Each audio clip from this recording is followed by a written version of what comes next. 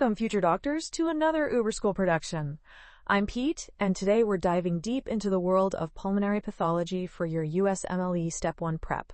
Are you ready to breathe in some knowledge, Crash? You bet, Petey. Let's get this respiratory party started. But before we begin, I've got to ask, have you ever heard about Marcus Cooper's legendary lung capacity? Oh boy, here we go again with Marcus Cooper. What's the story this time, Crash? Well, legend has it that Marcus Cooper once held his breath for so long during a deep-sea dive that he evolved gills. When he finally surfaced, he could diagnose fish diseases just by looking at them. Talk about specialized adaptations. Crash, I think you've been watching too many superhero movies. Let's focus on real pulmonary adaptations, shall we? Starting with pneumonia, a bread and butter topic for the USMLE. All right. So pneumonia, inflammation of the lung parenchyma. What's the first thing that comes to mind, Pete? Well, when we're talking pneumonia, we've got to break it down into categories. Let's start with community-acquired pneumonia, CAP. The most common culprit here is streptococcus pneumonia, also known as pneumococcus. Right on, Pete.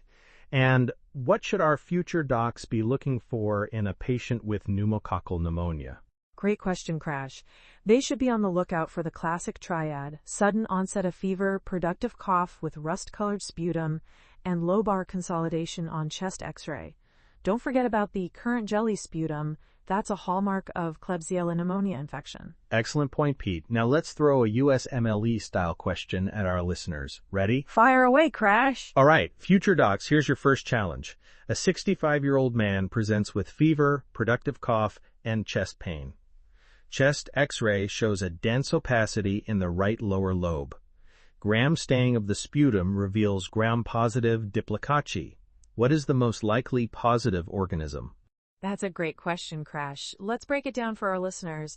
The key points here are the age of the patient, the symptoms, the x-ray findings, and most importantly, the gram stain results. Anyone want to take a guess? The answer, drumroll please, is Streptococcus pneumonia. The gram-positive Diplocaci are a dead giveaway. Remember, folks, S. pneumonia is the most common cause of community-acquired pneumonia. Exactly right, Crash. Now, let's move on to hospital-acquired pneumonia. This is a whole different ballgame. You got that right, Pete. HAP occurs 48 hours or more after admission to the hospital. What are some key risk factors our listeners should remember? Great question. The big ones are mechanical ventilation, prolonged hospitalization, and recent antibiotic use. The positive organisms are often more resistant and include Pseudomonas aeruginosa, Staphylococcus aureus, including MRSA, and various Enterobacteriaceae. Don't forget about aspiration pneumonia, Pete. That's a whole other kettle of fish, or should I say, kettle of stomach contents. Ugh, Crash, that's a mental image I didn't need. But you're right, aspiration pneumonia is crucial to understand. It occurs when oropharyngeal or gastric contents are inhaled into the lungs. Key risk factors include altered mental status, dysphagia, and GERD. And what about the typical positive organisms, Pete? In aspiration pneumonia, we're often dealing with anaerobic bacteria from the oral cavity. Think Peptostreptococcus, Bacteroides, and Fusobacterium. But in hospital settings, we might see gram-negative organisms too. Spot on, Pete. Now, let's talk about atypical pneumonia. What makes it atypical? Great question, Crash. Atypical pneumonia is caused by organisms that aren't detected by gram stain and don't respond to typical antibiotics used for pneumonia. The classic triad of atypical pneumonia pathogens is often referred to as MLC, Mycoplasma pneumonia, Legionella pneumophila, and Chlamydophila pneumonia. And don't forget about the clinical presentation, Pete. Atypical pneumonia often has a more gradual onset with predominant constitutional symptoms and a non-productive cough. Absolutely right, Crash. Now let's hit our listeners with another USMLE-style question. You ready? Born ready, Pete. Let's hear it. All right, future docs. A 22-year-old college student presents with a 5-day history of low-grade fever, dry cough, and fatigue. Chest x-ray shows patchy infiltrates. Cold agglutinins are positive. What is the most likely positive organism? Ooh, that's a good one, Pete. Any takers out there? Remember, the key here is to look at the patient's age, the gradual onset, the presence of cold agglutinins, and the x-ray findings. The answer is Mycoplasma pneumonia. The young age, gradual onset, and positive cold agglutinins are classic for mycoplasma infection. It's often called walking pneumonia because patients usually aren't sick enough to be hospitalized. Nice explanation, Pete. Now let's talk about a particularly nasty form of pneumonia, Pneumocystis jirovecii pneumonia, PJP, formerly known as Pneumocystis carinii pneumonia, PCP. Ah, yes, PJT. This is a big one for the USMLE crash. It's an opportunistic infection that primarily affects immunocompromised individuals, especially those with HIV/AIDS. What's the key threshold to remember for HIV patients? That would be a CD4 count below 200 cells per microliter, Pete. When the CD4 count drops below this level, prophylaxis against PJP becomes crucial. Exactly right, Crash. And what's the prophylaxis of choice? That would be good old trimethoprim sulfamethoxazole, also known as TM/PSMX or Bactrim. It's effective and relatively cheap, making it the go-to choice for PJP prophylaxis. Spot on, Crash. Now let's talk about the clinical presentation of PJP. Patients often present with fever, non-productive cough, and progressive dyspnea. The chest X-ray typically shows bilateral interstitial infiltrates, often described as a ground glasses appearance. And don't forget about the diagnosis, Pete. PJP can be tricky to diagnose because the organism doesn't grow well in routine cultures. What's the gold standard for diagnosis? Great point, Crash. The gold standard for diagnosis is visualization of the cysts or trophozoites in respiratory specimens. This is usually done through bronchial alveolar lavage, BAL, followed by staining with methenamine silver or Giemsa stain. Exactly. Now let's hit our listeners with another USMLE style question. You up for it, Pete? Always. Crash, fire away. All right, future docs. A 35-year-old man with HIV presents with fever, non-productive cough, and progressive dyspnea for 2 weeks. His CD4 count is 150 cells per microliter. Chest X-ray shows bilateral interstitial infiltrates. What is the most appropriate next step in management? That's a great question, Crash. Let's break it down for our listeners. We've got an HIV-positive patient with respiratory symptoms, a low CD4 count, and characteristic X-ray findings. What's your thought process here? Well, Pete, given the clinical presentation and the patient's immunocompromised status, Pneumocystis jirovecii pneumonia is at the top of our differential. The most appropriate next step would be to start empiric treatment with high-dose trimethoprim sulfamethoxazole while arranging for a diagnostic bronchoscopy with bronchoalveolar lavage. Excellent answer, Crash. It's crucial to start treatment promptly in suspected PJP cases, as delays can lead to rapid deterioration. Remember, folks, in the real world, we treat first and confirm later when it comes to potentially life-threatening opportunistic infections in immunocompromised patients. Absolutely, Pete. Now, let's shift gears a bit and talk about chronic obstructive pulmonary disease, COPD. This is a huge topic for the USMLE. You're right, Crash. COPD is a group of lung diseases that block airflow and make it difficult to breathe. The two main types we need to focus on are emphysema and chronic bronchitis. Let's start with emphysema, Pete. What's the key pathological feature here? The hallmark of emphysema is destruction of alveolar walls, crash. This leads to enlarged air spaces and loss of lung elasticity. There are two main types, centriacinar, or centrilobular, and panacinar, or panlobular. And what's the difference between those two, Pete? Great question. Centriacinar emphysema primarily affects the respiratory bronchioles and is strongly associated with smoking. It typically affects the upper lobes. Panacinar emphysema, on the other hand, involves uniform destruction of the entire sinus and is associated with alpha-1 antitrypsin deficiency. It typically affects the lower lobes. Nice breakdown, Pete. Now let's talk about chronic bronchitis. How do we define this condition? Chronic bronchitis is defined clinically as a productive cough that lasts for 3 months or more per year for at least 2 consecutive years. Pathologically, it's characterized by hypertrophy of mucus-producing glands in the bronchial walls. And what's the classic description of a patient with chronic bronchitis, Pete? You're referring to the blood bloater, right, Crash? These patients often have a bluish tinge due to hypoxemia and are overweight due to fluid retention.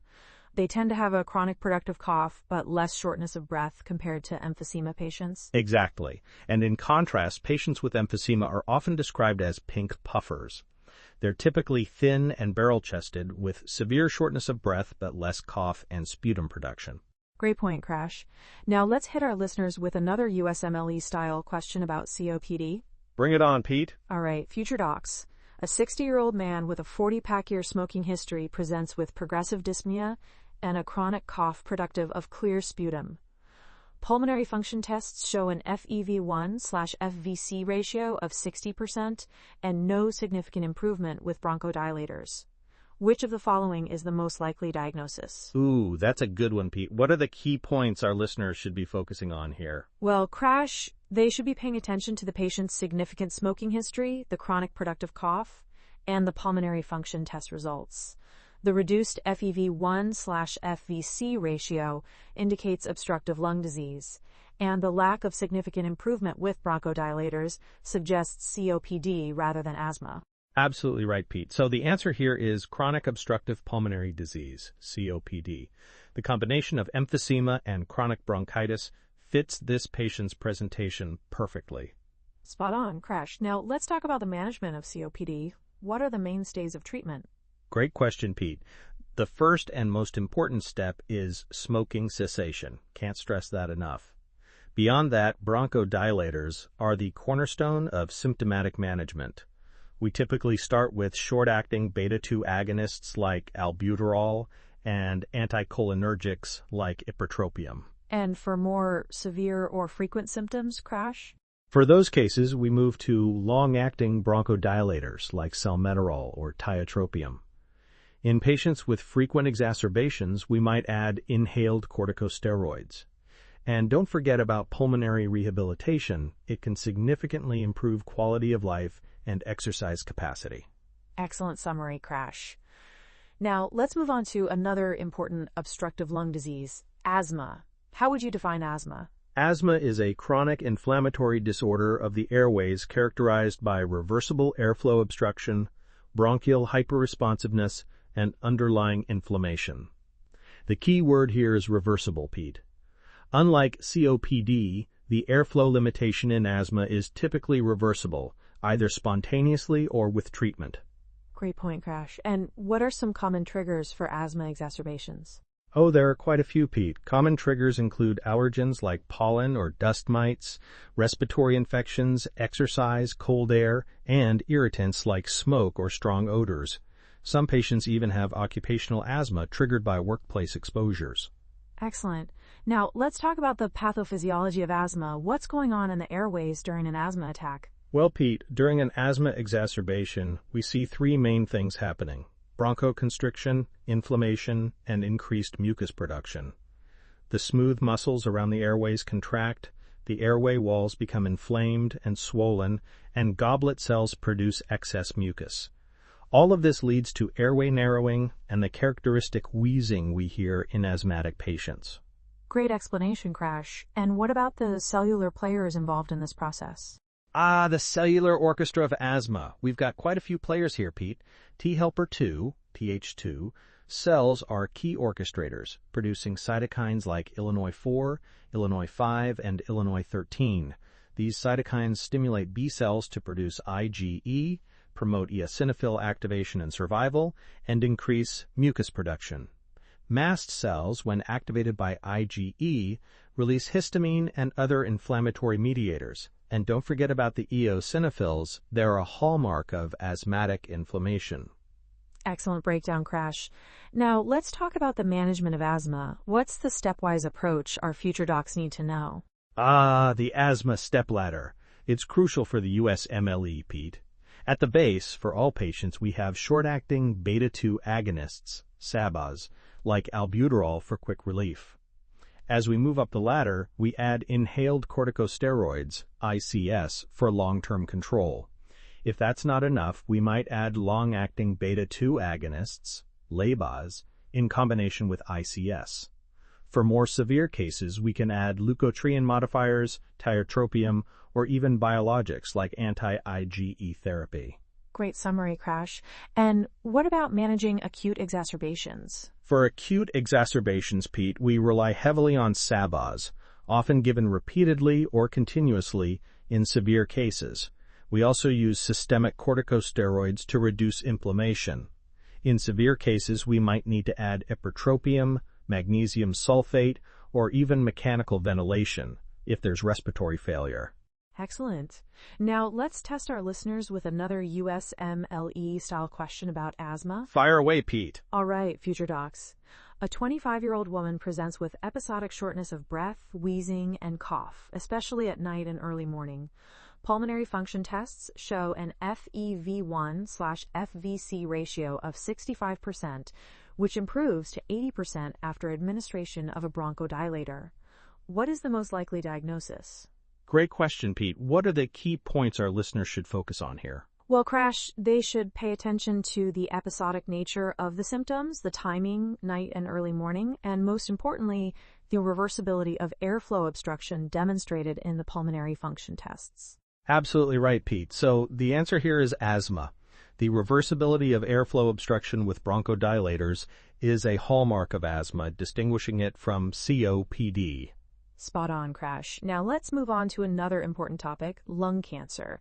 This is a big one for the USMLE and unfortunately a major cause of cancer-related deaths worldwide. You're right, Pete. Lung cancer is a heavy hitter. Let's break it down into the two main types, non-small cell lung cancer and small cell lung cancer, SCLC. Good idea, Crash. NSCLC accounts for about 80 to 85% of lung cancers. What are the main subtypes of NSCLC that our listeners need to know? Great question, Pete. The three main subtypes of NSCLC are adenocarcinoma, squamous cell carcinoma, and large cell carcinoma. Adenocarcinoma is the most common type overall and is often found in the lung periphery. It's associated with EGFR mutations and ALK rearrangements, which are important for targeted therapies. Excellent point about the targetable mutations, Crash. What about squamous cell carcinoma? Squamous cell carcinoma typically occurs centrally in the lung, often in the main bronchi. It's strongly associated with smoking and can sometimes present with paraneoplastic syndromes like hypercalcemia due to PTHrP production. Histologically, we might see keratin pearls or intercellular bridges. Great description, Crash. And large cell carcinoma? Large cell carcinoma is essentially a diagnosis of exclusion, Pete. It's a poorly differentiated tumor that doesn't show clear squamous or glandular differentiation. It can occur anywhere in the lung and tends to grow and spread quickly. Excellent summary, Crash. Now let's talk about small cell lung cancer, SCLC. What are the key features our future docs need to remember? SCLC is a neuroendocrine tumor, Pete. It's highly associated with smoking, even more so than NSCLC. It's characterized by small cells with scant cytoplasm, fine granular chromatin, and absent or inconspicuous nucleoli, often described as oat cell appearance. And what about its clinical behavior, Crash? SCLC is aggressive, Pete. It typically presents as a large hilar mass with early metastasis. It's often widespread by the time it's diagnosed. SCLC is also famous for its association with paraneoplastic syndromes. Speaking of paraneoplastic syndromes, what are some important ones associated with SCLC that our listeners should know? Great question, Pete. The big ones for SCLC are syndrome of inappropriate antidiuretic hormone secretion, SIADH, which can cause hyponatremia, and Cushing's syndrome due to ectopic ACTH production. SCLC can also cause Lambert-Eaton myasthenic syndrome due to antibodies against voltage-gated calcium channels. Excellent summary, Crash. Now, let's hit our listeners with another USMLE-style question about lung cancer. Bring it on, Pete. All right, future docs. A 65-year-old man with a 40-pack years smoking history presents with hemoptysis, weight loss, and a persistent cough. Chest CT shows a 4 centimeter spiculated mass in the right upper lobe. Biopsy reveals malignant cells with glandular differentiation. What is the most likely diagnosis? Ooh, that's a good one, Pete. What should our listeners be focusing on here? Well, Crash, they should pay attention to the patient's significant smoking history, the location of the mass, and especially the histological finding of glandular differentiation? Absolutely right, Pete. So the answer here is adenocarcinoma of the lung. The glandular differentiation is the key clue, and adenocarcinoma is the most common type of lung cancer in both smokers and non-smokers. Spot on, Crash. Now let's talk about the staging and treatment of lung cancer. What system do we use for staging? For NSCLC, we use the TNM system, Pete. T for tumor size and local invasion, N for lymph node involvement, and M for metastasis. SCLC, on the other hand, traditionally uses a simpler system, limited stage, confined to one hemithorax, or extensive stage, spread beyond one hemithorax. Great explanation, Crash. And how does staging influence treatment? Well, Pete, for early stage NSCLC, surgery is often the primary treatment, possibly followed by adjuvant chemotherapy. For more advanced stages, we might use a combination of chemotherapy, radiation, and targeted therapies or immunotherapy, depending on the tumor's molecular profile. For SCLC, we typically use a combination of chemotherapy and radiation, as it's usually widespread at diagnosis. Excellent summary, Crash. Now let's move on to another important topic, pulmonary embolism, PE. This is a critical diagnosis that our future docs need to be prepared to make. Absolutely, Pete. PE is a blockage in one of the pulmonary arteries in your lungs, most often caused by blood clots that travel to the lungs from deep veins in the legs or, rarely, other parts of the body. What are some key risk factors for PE that our listeners should remember, Crash? Great question, Pete. The classic triad is Virchow's triad: hypercoagulability, stasis, and endothelial injury. In clinical terms, this translates to risk factors like recent surgery or trauma, prolonged immobilization, cancer, pregnancy, use of estrogen-containing medications, and inherited thrombophilias. Excellent. And what about the clinical presentation of PE? PE can be tricky, Pete, because the symptoms can be nonspecific. Common presentations include sudden onset of dyspnea, chest pain, often pleuritic, tachypnea, and tachycardia. In severe cases, we might see hypotension, syncope, or even cardiac arrest. Don't forget about the signs of DVT in the legs, like calf pain or swelling. Great point about DVT, Crash. Now, let's talk about diagnosis. What tools do we have in our diagnostic arsenal for PE? Well, Pete, we start with clinical probability assessment using tools like the Wells score or the Geneva score. Then we might do a D-dimer test, which has a high negative predictive value. If that's positive or if there's high clinical suspicion, we move on to imaging. CT pulmonary angiography, CTPA, is the gold standard, but we might also use ventilation perfusion, V/Q scans, especially in patients with contraindications to CTPA. Excellent summary, Crash. And what about treatment? Treatment of PE centers around anticoagulation, Pete. We typically start with parenteral anticoagulation, like heparin or low molecular weight heparin, and then transition to oral anticoagulants. For massive PE causing hemodynamic instability, we might consider thrombolysis or even surgical embolectomy in extreme cases. Great explanation, Crash. Now, let's test our listeners with a USMLE style question about PE. Fire away, Pete. All right, future docs. A 35-year-old woman presents to the emergency department with sudden onset of dyspnea and pleuritic chest pain. She's 2 weeks postpartum and has a heart rate of 110 BPM and oxygen saturation of 92% on a room air. What is the most appropriate next step in management? Ooh, that's a good one, Pete. What are the key points our listeners should be focusing on here?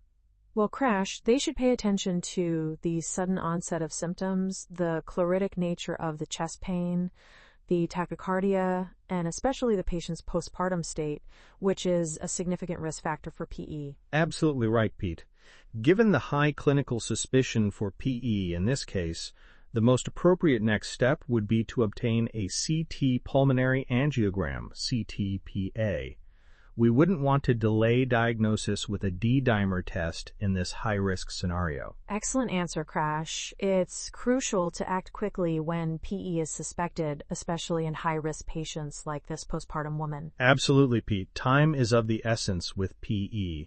Now let's shift gears a bit and talk about another crucial topic for the USMLE, pulmonary hypertension. Great idea, Crash. Pulmonary hypertension is defined as a mean pulmonary arterial pressure greater than 25 millimeters of mercury at rest. It's a complex condition with multiple potential causes. How do we classify pulmonary hypertension? Well, Pete, the current classification system divides pulmonary hypertension into 5 groups. Group 1 is pulmonary arterial hypertension, PAH, which includes idiopathic PAH and PAH associated with various conditions. Group 2 is due to left heart disease.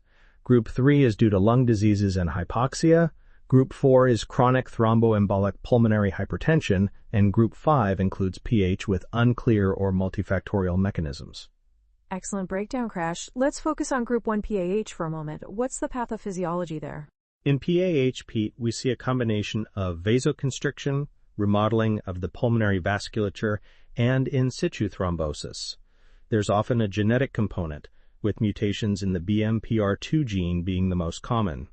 The end result is increased pulmonary vascular resistance, which puts strain on the right ventricle. Great explanation, Crash. And what about the clinical presentation of pulmonary hypertension? The symptoms can be nonspecific, Pete, which often leads to delayed diagnosis. Patients typically present with progressive dyspnea on exertion, fatigue, and sometimes chest pain or syncope.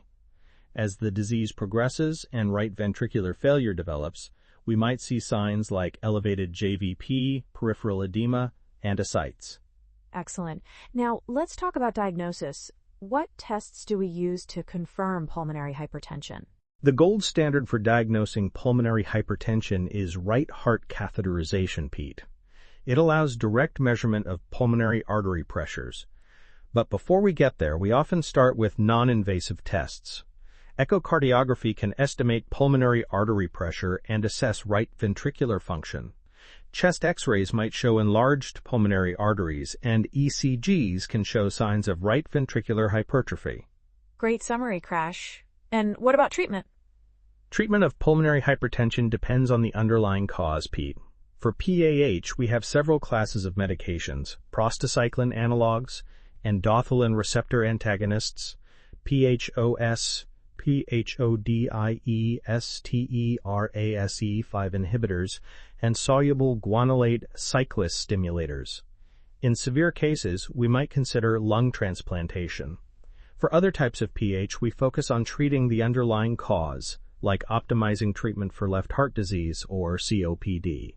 Excellent explanation, Crash. Now let's test our listeners with a USMLE style question about pulmonary hypertension. Bring it on, Pete. All right, future docs. A 30-year-old woman presents with progressive dyspnea on exertion and fatigue. Echocardiogram shows an estimated pulmonary artery systolic pressure of 65 millimeters of mercury and right ventricular hypertrophy. Right heart catheterization confirms pulmonary arterial hypertension. Genetic testing reveals a mutation in the BMPR2 gene. What is the most likely diagnosis? Ooh, that's a good one, Pete. What should our listeners be focusing on here? Well, Crash, they should pay attention to the patient's young age, the confirmed pulmonary arterial hypertension, and especially the BMPR2 gene mutation. Absolutely right, Pete. The answer here is heritable pulmonary arterial hypertension. The BMPR2 mutation is the key clue. It's the most common genetic abnormality associated with heritable PAH. Excellent, Crash. Now let's move on to another important topic, interstitial lung diseases. This is a broad category of disorders characterized by inflammation and fibrosis of the lung parenchyma. You're right, Pete. Interstitial lung diseases, ILDs, are a complex group of disorders. Let's start with idiopathic pulmonary fibrosis, IPF, which is one of the most common and serious ILDs. Good idea, Crash. What's the typical presentation of IPF? IPF typically affects older adults, Pete. Patients usually present with progressive dyspnea on exertion and a dry, non-productive cough. On physical exam, we often hear fine, dry, inspiratory crackles at the lung bases, sometimes described as Velcro crackles. As the disease progresses, patients may develop clubbing of the fingers and signs of right heart failure. Great description, Crash. And what about the radiographic findings in IPF? The hallmark radiographic finding in IPF is the UIP pattern minus usual interstitial pneumonia. On high-resolution CT, we see a basilar and peripheral predominance of reticular opacities, honeycombing, and traction bronchiectasis. The presence of honeycombing is key for the diagnosis of UIP. Excellent. Now let's talk about some other types of ILDs. What about sarcoidosis? Sarcoidosis, the great mimicker. It's a multisystem granulomatous disorder of unknown etiology, Pete. While it can affect any organ, pulmonary involvement is most common. Patients might be asymptomatic or present with cough, dyspnea, and chest pain. The classic radiographic finding is bilateral hilar lymphadenopathy, often described as potato nodes. And what about the histological findings in sarcoidosis, Crash? Histologically, we see non-caseating granulomas, Pete. These are well-formed collections of epithelioid histiocytes, unlike the caseating granulomas we see in tuberculosis. Don't forget about some of the extrapulmonary manifestations of sarcoidosis, like erythema nodosum, uveitis, and hypercalcemia. Great point about the extrapulmonary manifestations, Crash.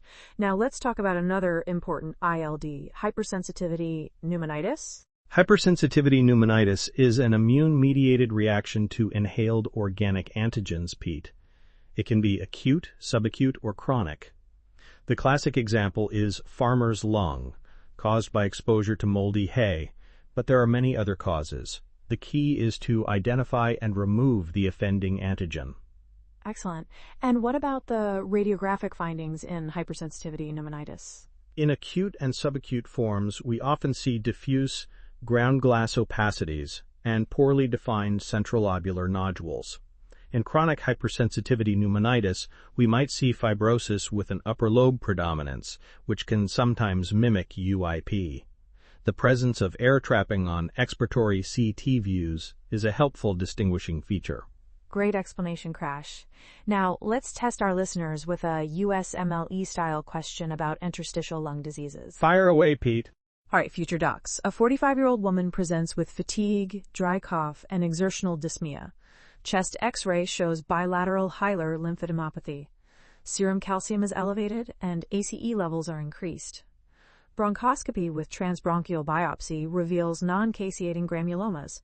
What is the most likely diagnosis? Ooh, that's a good one, Pete.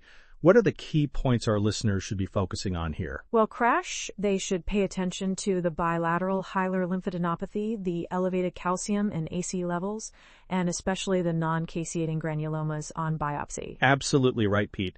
The answer here is sarcoidosis. The combination of bilateral hilar lymphadenopathy, hypercalcemia, elevated ACE levels, and non-caseating granulomas is classic for sarcoidosis. Excellent, Crash. Now let's talk about a topic that's crucial for both the USMLE and clinical practice, mechanical ventilation. Great idea, Pete. Mechanical ventilation is a life-saving intervention, but it's complex and carries its own risks. Let's start with the indications for mechanical ventilation. Good starting point, Crash. What are the main reasons we might need to put a patient on mechanical ventilation? Well, Pete, the main indications fall into a few categories. First, we have respiratory failure, whether it's hypoxemic type 1 or hypercapnic type 2. This could be due to conditions like ARDS, severe pneumonia, or COPD exacerbations. We might also need to ventilate patients with decreased respiratory drive, like in drug overdoses or neuromuscular diseases. And don't forget about patients who need airway protection, like those with altered mental status. Excellent summary, Crash. Now, let's talk about the modes of mechanical ventilation. What are the main ones our listeners need to know? Great question, Pete. The two broad categories are volume-controlled and pressure-controlled ventilation. In volume-controlled modes, we set a specific tidal volume, and the pressure varies. In pressure-controlled modes, we set a specific pressure, and the volume varies. Within these, we have modes like assist control, AC, synchronized intermittent mandatory ventilation, SIMV, and pressure support ventilation, PSV. Great explanation, Crash. Can you elaborate a bit on assist control ventilation? Your thing, Pete. In assist control, we set a minimum respiratory rate and either a tidal volume in volume control or a pressure in pressure control. The ventilator will deliver this breath at the set rate, but if the patient initiates a breath above this rate, The ventilator will assist by delivering a full breath. It's often used in patients with significant respiratory failure who need full ventilatory support. Excellent. Now, let's talk about some of the complications of mechanical ventilation. What should our future docs be aware of? Great point, Pete. Mechanical ventilation, while life-saving, can have serious complications. One of the most important is ventilator-induced lung injury. This can occur due to barotrauma, high pressures, volutrauma, overdistension of alveoli, atellect trauma, repeated opening and closing of alveoli, and biotrauma, inflammation. Other complications include ventilator-associated pneumonia, respiratory alkalosis from overventilation, and hemodynamic effects due to increased intrathoracic pressure. Excellent summary, Crash. Speaking of villi, let's talk about lung protective ventilation strategies. What are the key principles here? Lung protective ventilation is crucial, especially in conditions like RRDs, Pete. The key principles are: use low tidal volumes, about 6 milliliters per kilogram of ideal body weight, limit plateau pressures to less than 30 centimeters H2O, use appropriate PEEP to prevent atellect trauma, and allow permissive hypercapnia if necessary. These strategies aim to minimize villi while still providing adequate ventilation and oxygenation. Great explanation, Crash. Now let's test our listeners with a USMLE style question about mechanical ventilation. Bring it on, Pete. All right, future docs. A 60-year-old man with ARDS is on mechanical ventilation. His ideal body weight is 70 kilograms. Which of the following ventilator settings would be most appropriate for lung protective ventilation? Ooh, that's a good one, Pete. What should our listeners be focusing on here? Well, Crash, they should be thinking about the principles of lung protective ventilation we just discussed, particularly the recommendation for low tidal volumes based on ideal body weight. Absolutely right, Pete. For lung protective ventilation in ARDS, we aim for a tidal volume of about 6 millimeters per kilogram of ideal body weight. So for this 70 kilograms patient, the appropriate tidal volume would be around 420 milliliters, 6 milliliter per kilogram * 70 kilogram. The exact answer would depend on the options given, but that's what they should be looking for. Excellent explanation, Crash. Now let's shift gears a bit and talk about a topic that's crucial for understanding many pulmonary diseases, the basics of gas exchange. Great idea, Pete. Gas exchange is at the heart of pulmonary physiology.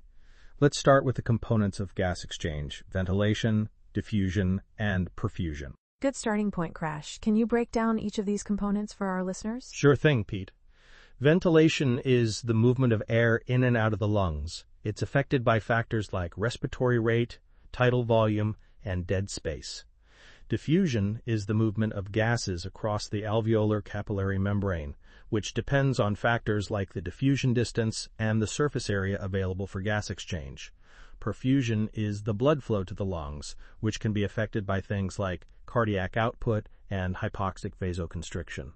Excellent breakdown, Crash. Now let's talk about some key concepts in gas exchange. What's the significance of the ventilation-perfusion V/Q ratio? The V/Q ratio is crucial, Pete. It represents the match between ventilation and perfusion in different areas of the lung. In a perfect world, we'd have a V/Q ratio of 1 throughout the lung, meaning ventilation and perfusion are perfectly matched. But in reality, there's some variation even in healthy lungs, with lower V/Q ratios at the bases and higher ratios at the apices due to gravity. Great explanation, Crash. And what happens when we have V/Q mismatch? V/Q mismatch can lead to hypoxemia, Pete. If we have areas with low V/Q ratio, like in pneumonia or atelectasis, we get shunt physiology. Blood flows through areas with poor ventilation, leading to poor oxygenation. On the other hand, areas with high VQ ratio, like in pulmonary embolism, lead to dead space ventilation. We're ventilating areas with poor perfusion, which is inefficient. Excellent. Now, let's talk about the oxygen hemoglobin dissociation curve. Why is this important for our future docs to understand? The oxygen hemoglobin dissociation curve is key to understanding oxygen transport, Pete. It shows the relationship between the partial pressure of oxygen, PaO2, and the oxygen saturation of hemoglobin. The sigmoid shape of the curve is important. It's steep in the middle, allowing for rapid loading and unloading of oxygen, but flattens at the top and bottom, providing a buffer against changes in PaO2. Great explanation, Crash. And what factors can shift this curve? Several factors can shift the curve, Pete. A rightward shift, decreased affinity of hemoglobin for oxygen, can be caused by increased temperature, decreased pH acidosis, increased 2,3-DPG, or increased PaCO2. This allows for easier unloading of oxygen to the tissues. A leftward shift, increased affinity, can be caused by the opposite factors, decreased temperature, increased pH alkalosis, decreased 2,3-DPG, or decreased PaCO2. Excellent summary, Crash. Now let's test our listeners with a USMLE style question about gas exchange. Fire away, Pete. All right, future docs. A 55-year-old man with COPD presents with worsening dyspnea. Arterial blood gas shows pH 7.30, PaCO2 55 millimeters of mercury, PaO2 60 millimeters of mercury, HCO 3 to 26, MEQ/L. What effect will this have on the oxygen-hemoglobin dissociation curve? Ooh, that's a good one, Pete. What should our listeners be focusing on here? Well, Crash, they should be paying attention to the pH and PaCO2 values and thinking about how these might affect hemoglobin's affinity for oxygen. Absolutely right, Pete. In this case, we have respiratory acidosis, low pH, high PaCO2, due to the patient's COPD. Both the decreased pH and the increased PaCO2 will cause a rightward shift of the oxygen-hemoglobin dissociation curve. This means hemoglobin will have a decreased affinity for oxygen, allowing for easier unloading of oxygen to the tissues, a compensatory mechanism in this situation. Excellent explanation, Crash. Now, let's wrap up our discussion with a topic that's crucial for both the USMLE and clinical practice, interpretation of pulmonary function tests, PFTs. Great idea, Pete. PFTs are essential for diagnosing and monitoring various pulmonary diseases. Let's start with the basics. What are the main components of PFTs? Well, Crash, the main components of PFTs include spirometry, lung volumes, and diffusing capacity. Spirometry measures dynamic lung volumes and flow rates, giving us values like FEV1, forced expiratory volume in 1 second, and FVC, forced vital capacity. Lung volume measurements give us static volumes like TLC, total lung capacity, and RV, residual volume. And diffusing capacity, or DLCO, measures the lung's ability to transfer gas from the alveoli to the blood. Great summary, Pete. Now, how do we use these values to distinguish between obstructive and restrictive lung diseases? That's a key point, Crash. In obstructive lung diseases like COPD or asthma, we typically see a reduced FEV1/FVC ratio. The FEV1 is disproportionately reduced compared to the FVC. In restrictive lung diseases, both FEV1 and FVC are reduced, but the ratio is often preserved or even increased. We also see a reduction in TLC in restrictive diseases. Excellent explanation, Pete. And what about the diffusing capacity? How does that change in different conditions? Great question, Crash. DLCO is typically reduced in conditions that affect the alveolar capillary interface, like emphysema or interstitial lung diseases. It can also be reduced in pulmonary vascular diseases like pulmonary hypertension. On the other hand, DLCO can be increased in conditions with increased pulmonary blood volume, like left-to-right cardiac shunts or polycythemia. Great point, Pete. Now let's talk about bronchodilator response. How do we interpret that? Bronchodilator response is crucial for distinguishing between asthma and COPD, Crash. We typically consider a response significant if there's a 12% and 200 milliliters increase in FEV1 or FVC after bronchodilator administration. This reversibility is characteristic of asthma, while COPD typically shows less reversibility. Excellent. Now let's test our listeners with one final USMLE style question about PFTs. Great idea, Crash. Here we go. A 50-year-old man presents with progressive dyspnea. PFTs show FEV1 60% of predicted, FEC 70% of predicted, FEV1/FVC ratio 68%, TLC 120% of predicted, and DLCO 40% of predicted. What is the most likely diagnosis? Ooh, that's a great question to wrap up with, Pete. What should our listeners be focusing on here? Well, Crash, they should be looking at the pattern of PFT abnormalities. We've got a reduced FEV1/FVC ratio indicating obstruction, along with an increased TLC and severely reduced DLCO. Absolutely right, Pete. This pattern is classic for emphysema. The obstruction is shown by the reduced FEV1/FVC ratio, the hyperinflation by the increased TLC, and the destruction of alveolar capillary units by the severely reduced DLCO. This is the perfect way to tie together many of the concepts we've discussed today. Excellent summary, Crash. And with that, we've come to the end of our Uber School deep dive into pulmonary pathology for the USMLE Step 1. Remember, future docs, understanding these concepts is crucial not just for your exam, but for your future practice as physicians. Couldn't agree more, Pete. And hey, if you ever feel overwhelmed by all this information, just remember, even Marcus Cooper had to study for his medical exams. Though I heard he once diagnosed a rare lung disease just by listening to a patient breathe over the phone. Crash, I think your Marcus Cooper stories are getting out of hand, but in all seriousness, we hope this session has been helpful. Keep studying, stay curious, and never stop learning. This is Pete. And Crash, signing off from another Uber School production. Until next time, future docs!